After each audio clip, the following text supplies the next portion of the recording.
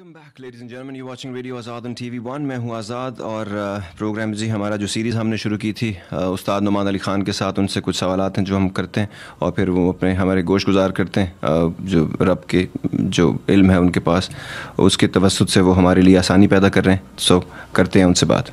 جی سر، ہم بات کر رہے تھے لاسٹ ایپیسوڈ میں لوگ ایکسٹریم کی طرف چلے جاتے ہیں، جی ریجیڈیٹی کی فیملیز میں پرابلم آ جاتی ہیں.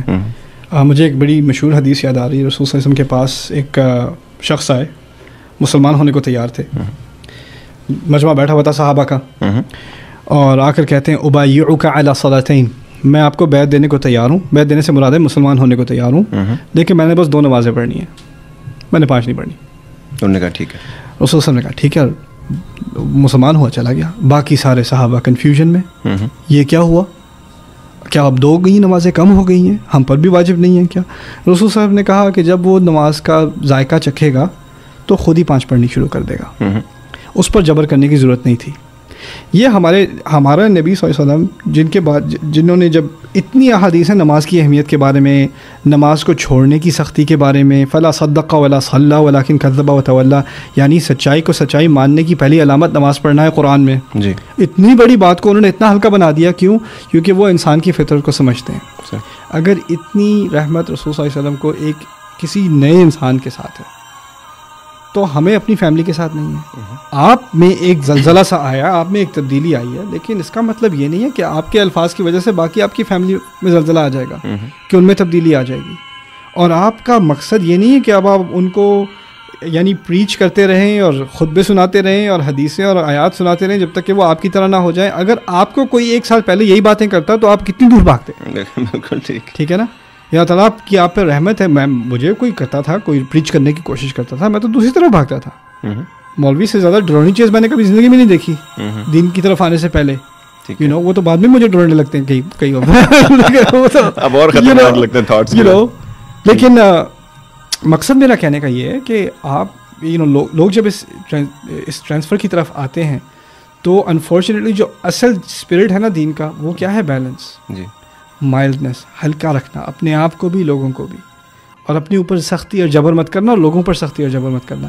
یہ ٹیچنگ جو ہیں پیچھے چلی جاتی ہیں اور لوگ بالکل ہی کچھ زیادہ ہی ایکسٹریم پر آ جاتے ہیں. ابھی ایکسٹریم پر آنے کے بعد 2 پاسبلٹیز ہیں. ایک پاسبلٹی یہ ہے کہ آپ بھی ایونچولی برن آؤٹ ہو جاؤ گے اور وہ دین کا بخار اتر جائے گا اور یہ بندہ پہلے سے بھی زیادہ ریلیجس ہو جائے گا اور بھی دور بھاگے گا. یا دوسرا ایکسٹریم یہ ہے کہ یہ اسی طرح رہے گا، اس کو لوگ چھوڑ دیں گے، اس کو لوگ اس کو برداشت نہیں کر سکیں گے.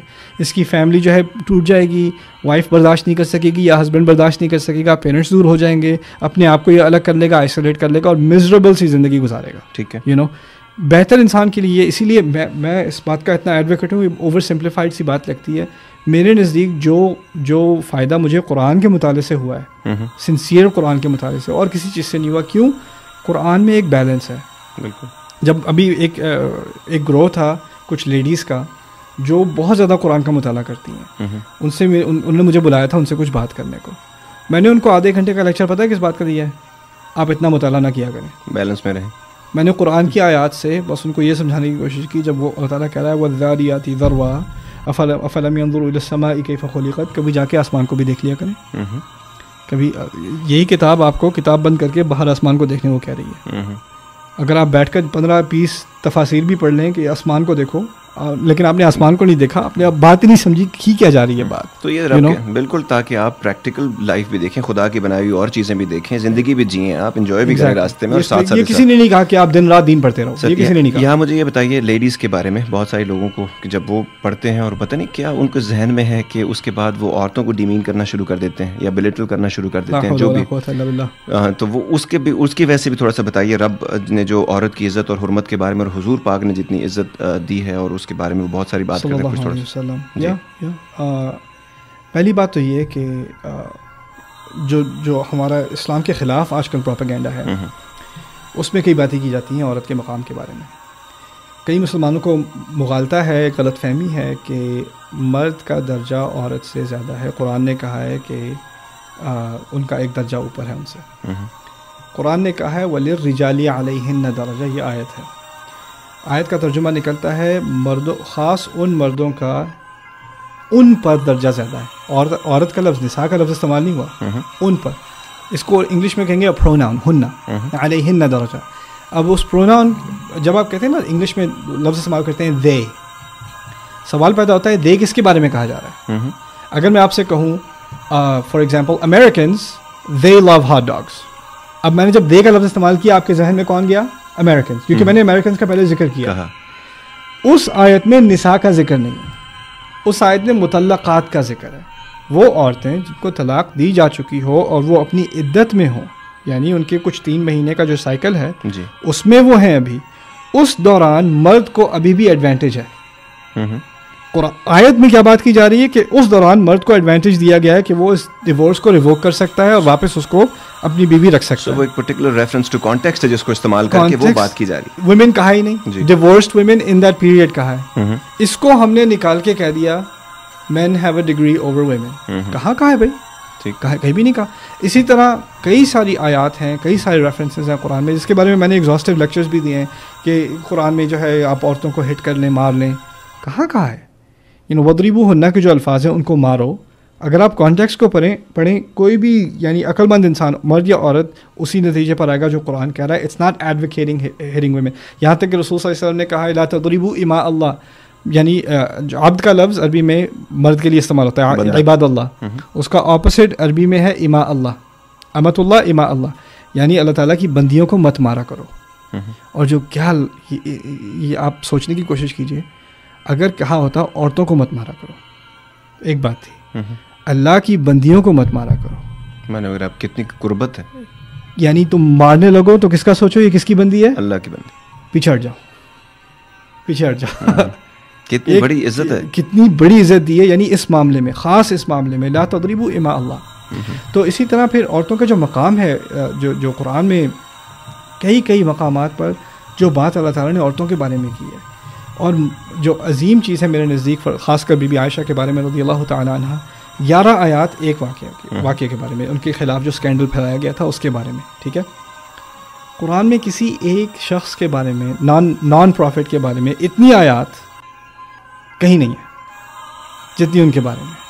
اور اللہ تعالیٰ نے کیا کیا, ایسا واقعہ جس میں صرف بےزتی ہے, شرمندگی ہے, اس کو ان کے لیے ایک شرف کا مکان بنا دیا. یعنی ہم قیامت کے دن تک ان آیات کے ذریعے اپنی ماں کی عزت ہی کرتے ہیں رضی اللہ تعالیٰ عنہ.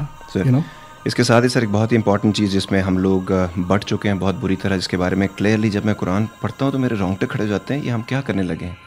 جیسے سورہ نام ہے چیپٹر نمبر 6 ہے ورس نمبر 159 کے, اے پیغمبر جن لوگوں نے اپنے دین میں فرقے ڈالے, جن لوگوں نے اپنے دین میں تفرقے ڈالے اور کئی فرقے بنا دیے, تمہارا ان سے کوئی سروکار نہیں, ان کا معاملہ رب کے ساتھ ہے اور وہ ان کو جتلائے گا جو وہ کرتے تھے.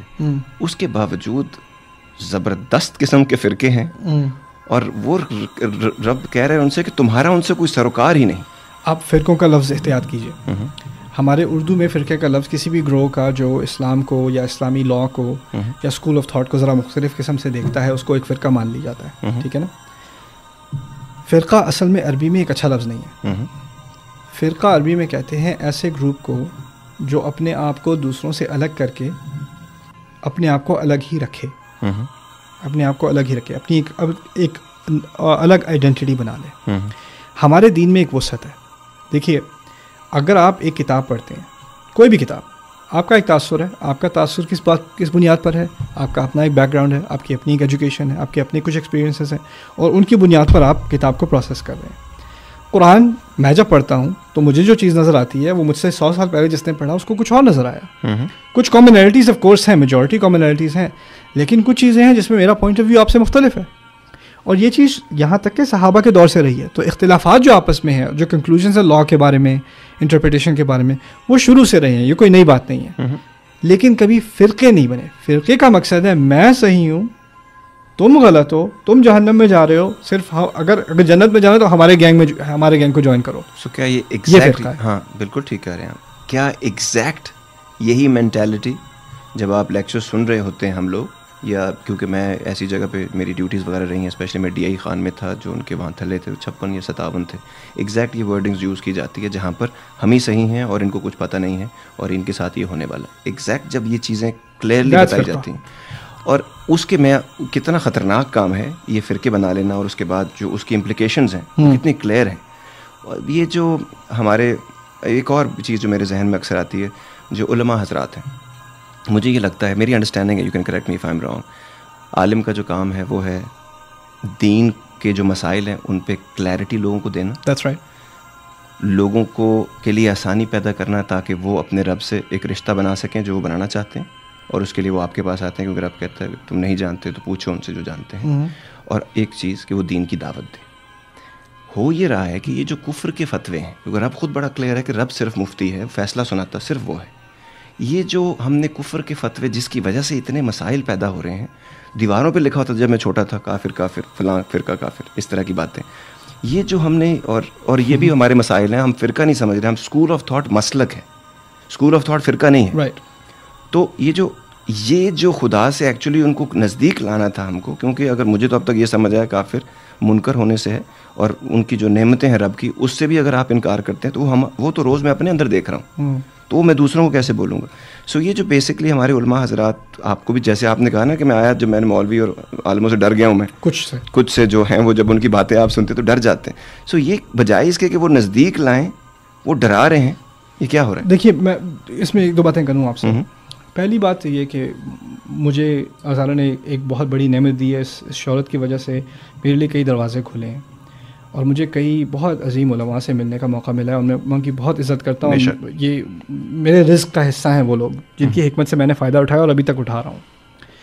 لیکن اس میں جو اس کی ایک سائیکالوجی ہے, اور کیونکہ میں ریلیجس ورلڈ میں باہر سے آیا ہوں, ٹھیک ہے, میں نے آپ سے پہلے ذکر کیا تھا, میں کسی مدرسے سے نہیں پڑھا, میں نے کسی عالم کے تحت ٹریڈیشنل ڈگری حاصل نہیں کی. تو جب میں اس فیلڈ میں آیا اور پھر ان لوگوں کی طرف سے مجھے اپنائیت بھی ملی, میں مدارس میں بھی گیا ہوں, علماء سے بھی ملا ہوں, اور مجھے ان سرکلز میں اب آنا جانا ہوا, ٹھیک ہے, لیکن ہمیشہ ایز این آؤٹ سائڈر. تو میں نے ایک پرسپیکٹیو گین کیا جو میرے نزدیک بہت ویلیوبل ہے میرے لیے.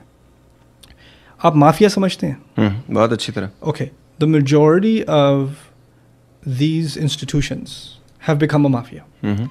مافیا کے ٹاپ پر مزے کی بات یہ ہے سب سے انوسنٹ لوگ ٹاپ پر ہیں. اچھا, سب سے کرمنل لوگ نہیں, سب سے انوسنٹ لوگ ٹاپ پر ہیں.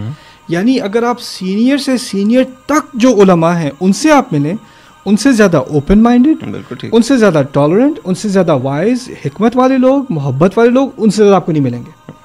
ان کے ارد گرد ایک گروپ آف گینگسٹرز ہیں, ٹھیک, جو سمجھتا ہے کہ وہ ایک طرح سے ایک مافیا ہی بناتے ہیں, جو کچھ اسکول اور کچھ کنکلوژنز وغیرہ لے کر وہ پورے اسکول پر ٹرکل ڈاؤن کرتے ہیں, ٹھیک, اور اس کے بعد کوئی نیچے سے کوئی گریجویٹ ہو کے نکلے اور وہ اپنی سوچنے لگے اور کہے جو کنکلوژن میرے اسکول آف تھاٹ کا ہے وہ میرا اس سے اختلاف ہے, ہی بیٹر, وہ اپنا منہ بند رکھتا ہے. وہ منہ بند اسی رکھتا ہے, اگر اس نے اسکول سے اختلاف کیا تو وہ اس کو جو مافیا اس سے نکال دیا جائے گا, جیسے فلموں میں ہوتا ہے آرگنائزڈ کرائم کے اندر. یہی ایگزیکٹ فینومینون میں نے بار بار دیکھا ہے.